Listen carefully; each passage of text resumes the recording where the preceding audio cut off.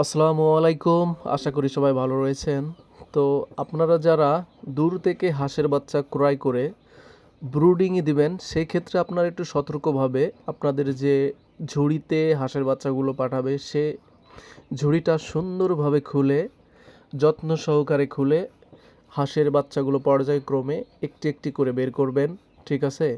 তারপর সবগুলো যখন বের হয়ে যাবে, সেক্ষেত্রে আপনাদের প্রথম যে কাজটা হবে সেটি হলো হাঁসগুলোকে স্যালাইন খাওয়াতে হবে। তো স্যালাইন খাওয়ার জন্য আপনারা কি করবেন, এক মগে পানি নেবেন এবং 1 লিটার পানির জন্য 1 থেকে 2 গ্রাম লাইসোভিট লাইসোভিট বা লাইসো প্লাস যে কোনো একটি আপনারা পানির সাথে গুলে প্রথমে এক এক করে এক একটি হাঁসকে খাওয়াইয়ে দিবেন।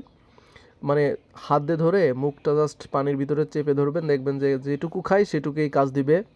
তো এর পরবর্তীতে যে কাজটা করবেন সেটি হলো ওই যে মিশানো পানিটা, লাইসোভিট বা লাইসো প্লাস যাই বলেন, ওই মিশানো পানির সাথে আপনারা কি করবেন, কিছু মুড়ি ভিজাবেন। মুড়িটা আপনার 5 থেকে 7 মিনিট ভিজানোর পর যখন মুড়িটা হালকা হালকা ভিজে যাবে, তখন হাত দিয়ে পাঞ্চ করে বা একটু চেপে চেপে পানিগুলো একটু হালকা বের করে দিবেন, আর কিছু পানি থাকবে। ঠিক আছে?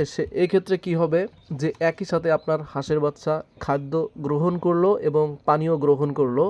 তো এই জন্য আর কি পানির সাথে মুড়ি মিশাবেন এবং তার সাথে থাকবে লাইসোভিট মেশানো পানি। এইভাবে আপনারা কি করবেন, হাঁসের বাচ্চাকে খেতে দিবেন বা ছিটাও দিতে পারেন। ঠিক আছে?